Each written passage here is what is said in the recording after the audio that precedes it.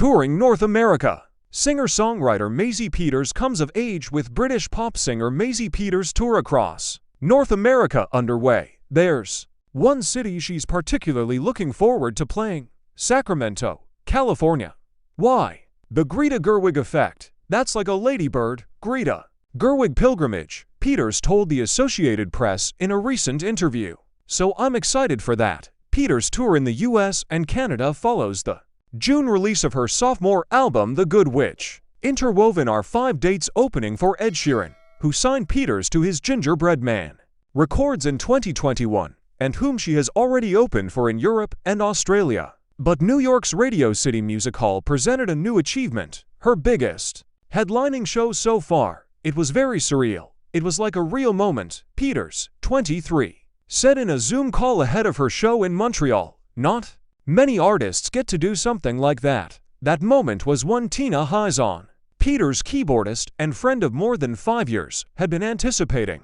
I felt quite emotional when we were on stage, Hizon told the AP. Like, oh, we've come a long way. These are hardly the biggest crowds Peters and her band have seen. They played Glastonbury's Pyramid Stage in June and Chicago's Lollapalooza, their first US festival, earlier this month. To shows at the Melbourne Cricket Ground, with Sheeran in March, brought in a record to 115,000 fans. But this tour is their own, and it is a celebration of The Good Witch, an album Peters says she feels at peace with, because it accomplished her goal, reflecting who she is now. The album is about growing up, coming of age, moving on, run, taking control. You're just a boy, and I'm kinda the man, letting go. There it goes, and being, well, unhinged. BSC. It debuted at No. 1 on the UK charts. It is also music that easily soundtracks what people online have fondly labeled the summer of girlhood, a celebration of all things nostalgic and angsty,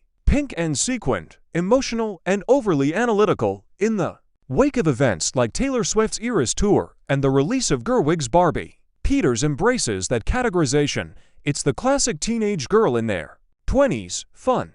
And I'm such a teenage girl in my 20s, she said of her shows, using the tongue-in-cheek phrase that's been the subject of thousands of tweets and TikToks, often referencing fandoms, avoidant adulting, and nostalgia. In the best way possible, she says, the shows feel like a birthday party when you're in middle school. The album, and that energy, feels very right, she said. It's very calming and nice to feel so secure and confident in what you made, and to get to share that with the world.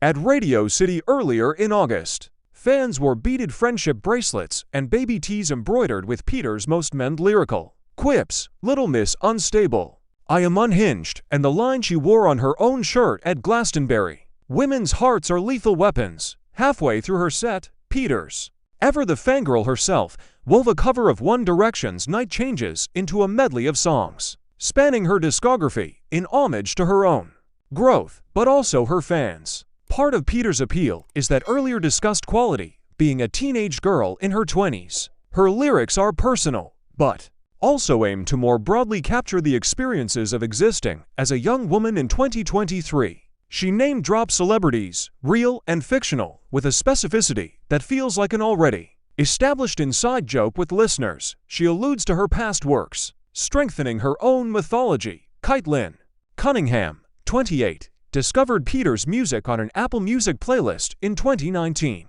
She has attended all 4 of her shows in New York City. I love that she's been able to pull from past lyrics and her personal life and create these songs that everybody can relate to. That's my favorite part of music, Cunningham said. One of the album's pillars is the history of man, its closing track. The bridge begins, he stole her youth and promised heaven. The men start wars yet Troy hates Helen. Women's hearts are lethal weapons. Did you hold mine and feel threatened? I sort of half-jokingly always say. It's about the unending pain of being a woman, Peters said of the song.